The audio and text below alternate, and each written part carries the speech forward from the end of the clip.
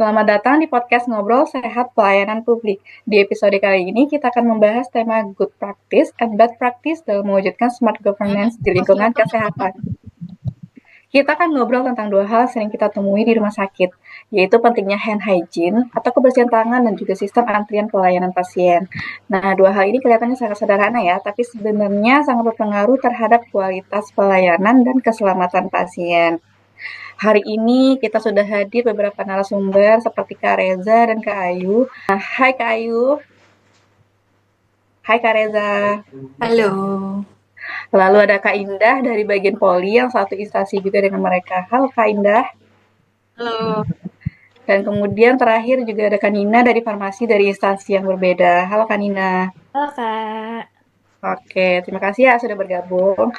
Nah, lanjut kita akan mulai dari contoh good practice dulu. Pertama, Kak Reza, bagaimana penerapan hand hygiene di laboratorium tempat kamu bekerja nih? Coba dipersilakan untuk berbicara. Makasih Kak atas kesempatannya. Di laboratorium tempat saya bekerja itu hand hygiene sudah menjadi prosedur wajib. Misalnya sebelum dan sesudah menangani sampel per pasien. Petugas itu harus mencuci tangan atau menggunakan hand sanitizer. Selain itu, hand sanitizer itu juga disediakan di beberapa titik dan poster edukasi tentang cara cuci tangan yang benar. Nah, menurut kamu apa sih kunci keberhasilan dari praktik tersebut? Menurut saya sih ada di kesadaran petugas dan dukungan manajemen ya Kak. Di sini juga kami sering mendapatkan pelatihan pencegahan infeksi. Ini tuh merupakan bagian dari profesionalisme tenaga kesehatan. Sebagai ASN kita harus menjaga keselamatan pasien. Oke, sekarang kita bahas good practice kedua ya. Kak Indah, menurut Kak Indah sebagai petugas di Poli, bagaimana sistem antrian di tempat kamu? Kalau di tempat kami sudah mulai menggunakan mesin antrian digital sih Kak. Jadi pasien tuh ngambil nomor antrian, terus dari mesin nomor itu nanti nomor antriannya akan muncul di layar. Jadi pasien juga tahu urutan pemanggilannya kan. Jadi pasien juga lebih nyaman, terus jadi lebih tertib dan transparan gitu. Oke, apakah menurut Kak Indah sistem itu membantu pekerjaan petugas? Oh iya, jelas itu udah sangat membantu karena selain membuat layanan pasien juga lebih nyaman karena kan nggak perlu berdesak-desakan di depan loket gitu. Dan menurut saya ini juga sudah contoh penerapan smart ASN karena memanfaatkan teknologi yang meningkatkan untuk pelayanan publik kan. Oke, makasih ya Kak Indah. Selanjutnya aku mau tanya nih ke Kayu, apakah ada good practice lain yang kamu lihat di tempat kerja Kakak?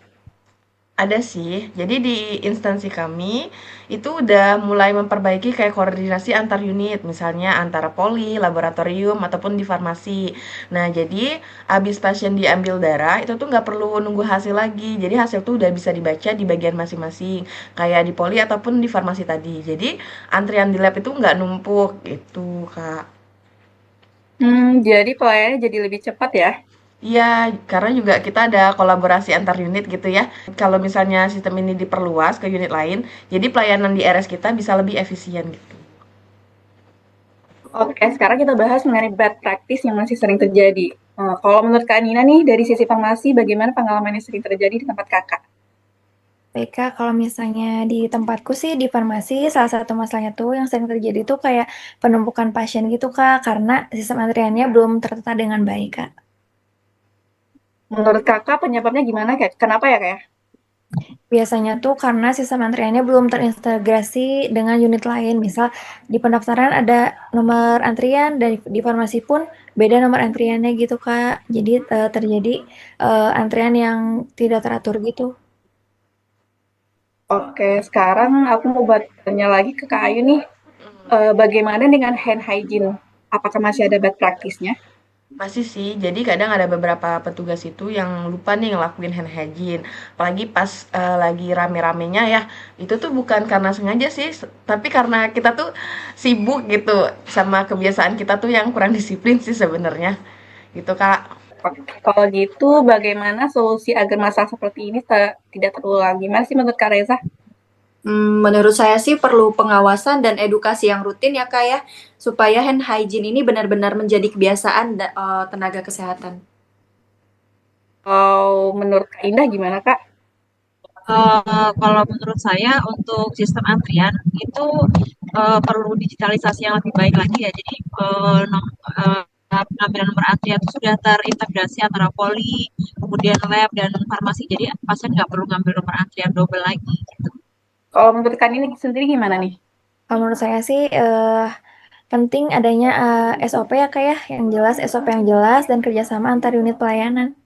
Iya sih, jadi dengan gitu kita bisa nyiptain pelayanan yang lebih profesional, efisien, sama berorientasi ya ke pasien ya, sesuai dengan konsep kita, Smart ASN dan Smart Governance. Oke, menarik banget ya diskusi kita hari ini. Dari diskusi kita hari ini kita bisa disimpulkan bahwa hand hygiene dan sistem antrian rumah sakit merupakan bagian penting dalam pelayanan kesehatan. Good practice seperti penerapan hand hygiene yang disiplin, sistem antrian digital, dan kolaborasi antar unit dapat meningkatkan kualitas pelayanan. Sebaliknya, bad practice seperti mengabaikan kebersihan tangan atau sistem antrian yang tidak tertata dapat menurunkan kenyamanan dan keselamatan pasien. Karena itu, sebagai ASN di bidang kesehatan, kita perlu terus meningkatkan profesionalisme, inovasi, dan kolaborasi untuk mewujudkan pelayanan yang lebih baik. Nah, terima kasih kepada semua narasumber yang sudah berbagi pengalaman hari ini. Sampai jumpa di episode berikutnya.